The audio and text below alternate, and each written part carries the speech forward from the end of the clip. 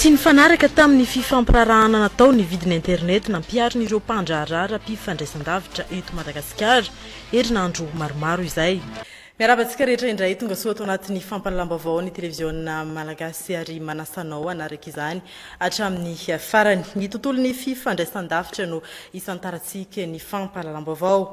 Tsy nifanaraka tamin'ny votoatin'ny fampiresana natao ny vidiny internet nampiarin'ireo mpandraharaha ara-pifandraisan-davitra eto Madagasikara izay nidangana ka nampimenimenina ny olona. Tsy maintsy tsinjovina ifanaraka amin'ny fahefa-mividin'ny mpanjifa ny vidiny internet hoy ny ministra misana ny tontolon'ny fifandraisan-davitra araky ny fampitam-baovao izay nataony Antony nanafoanana ny didy navoaka teo aloha makasika izay vidiny internet izay fanadihadina.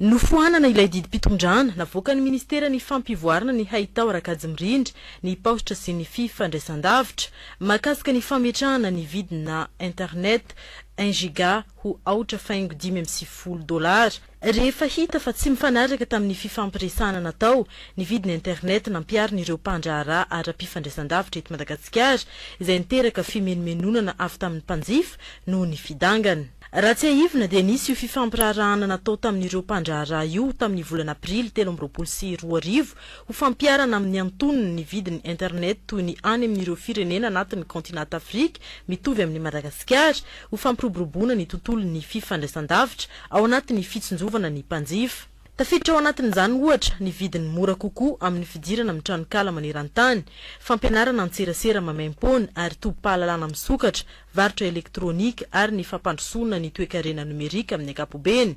Fisokafan'ny fampiasana internet fa tsy ferana amin'ireo tambazotra sosialy ihany, fanafianganana ny fampiasana ireo tolotra ara-bola ho an'ny rehetra ary ny fahafahan'ny rehetra mampiasa ireo tolotra nomerika eo amin'ny raharaham-panjakana. Ity fanafoanana ity araka izany dia mitaky ny famerenana amin'ny laona ny vidiny internet eto Madagasikara araky ny tokony ho izy.